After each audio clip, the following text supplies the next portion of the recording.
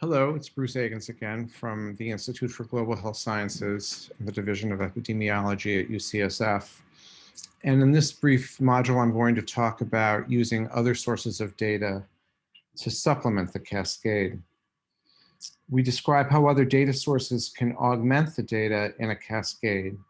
Having noted that cascades are often based on modeling data as a starting point, with subsequent results calculated on the basis of that denominator, which then carries into the next denominators for the third 90 as well. Moreover, cascades do not contain information about engagement in care or retention in care, linkage to care, and we look at some examples of data sources that may fill in these gaps.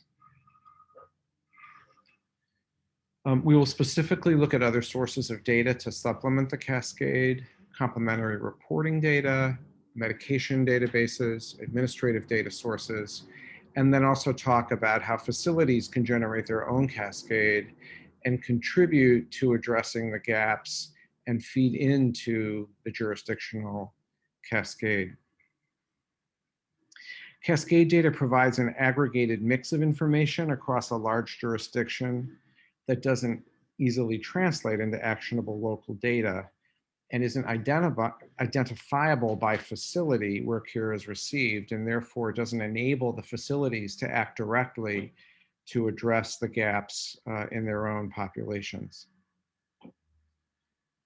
Looking at other databases also helps us to validate and assure the reliability of modeling and other formal reporting data, allows us to add in those supplemental related measures, and continues to allow us to identify the specific areas where gaps in data systems exist.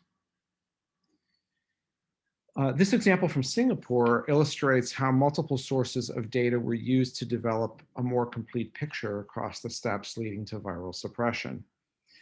So in addition to the routine processes for measuring those with a known HIV status through registries and modeling, those on treatment and suppressed through the registry, Singapore used a cross-sectional analysis to confirm the number of people who were actually diagnosed with HIV and validate the modeling, and conducted a retrospective cohort analysis to determine that 70% of people with HIV were linked to care.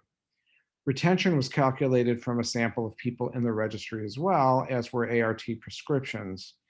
And this showed that only 63% of patients were retained, 61% were on ART, and 57% were virologically suppressed.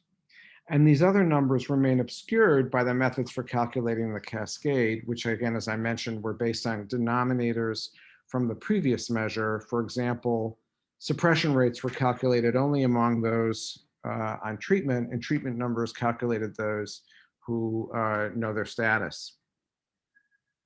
To ascertain a more accurate picture of the epidemic, supplementing cascade data with other sources like these established registries in Singapore is critically important to focus program activities. And that way we know which proportion of people on treatment is contributed by people who are not retained, for example, so then we can target our retention activities.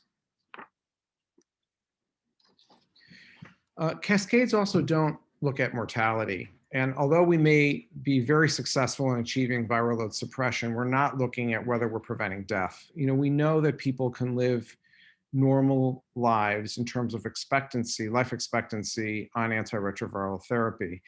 And so as a jurisdiction or a facility, we would want to make sure that we are preventing death that can be directly attributable to HIV.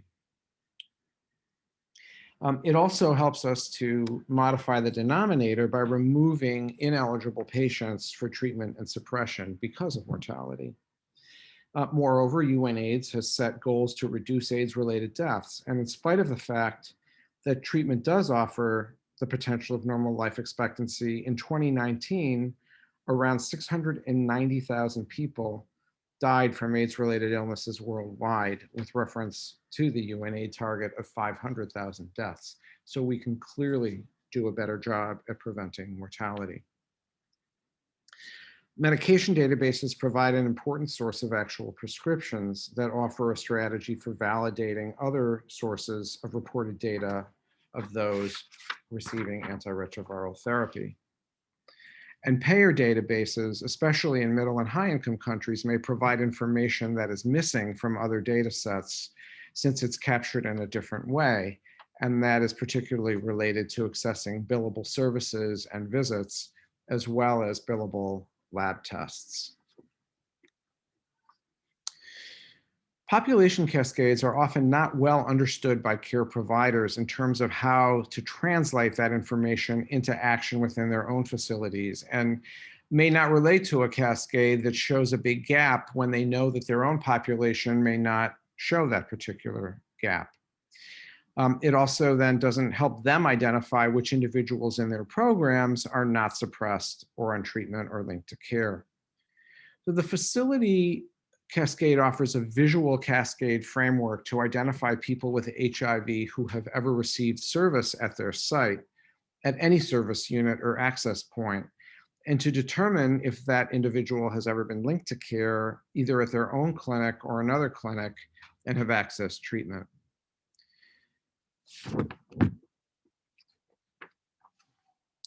It also helps them to assess whether or not people have accessed care at another facility, and establishes an opportunity for cities to help keep track of whether patients have transferred care so that facility cascades can be corrected to only include those who are receiving care at their site.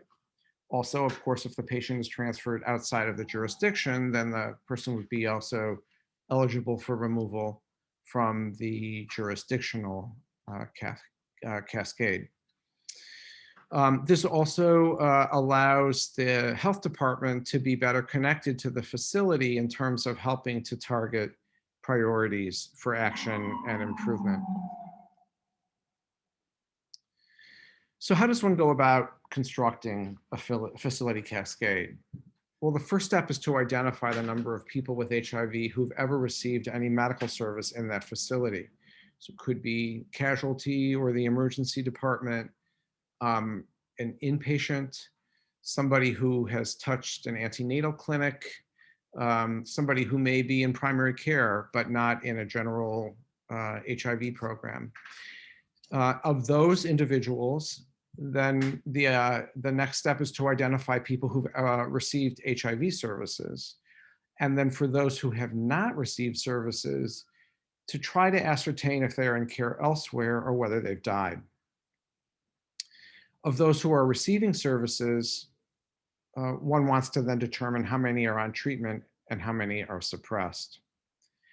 So these data can be used to focus improvement activities on linkage, engagement, and ascertainment of care status by the providers.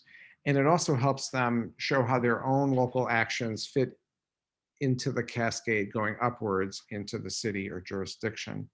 And the idea is that this cascade calculation would be repeated annually at a minimum, adjusting the denominator for people whose status is known and for re-engaging people lost to care.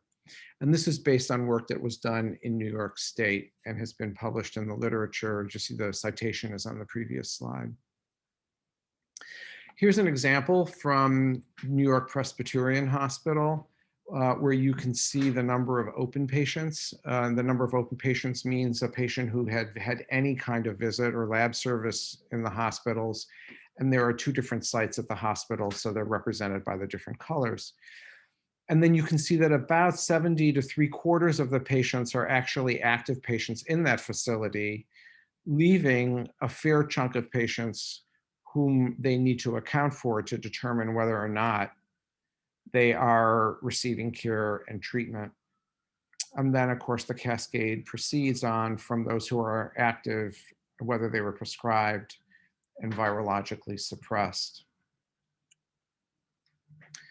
So in this short module, we have shown how to consider other data sources to augment, validate, and unpack cascades, and how to engage clinicians to construct facility-level cascades that will enable the use of clinical records to produce actionable cascades to drive improvements to tackle those gaps in the cascade. Thank you.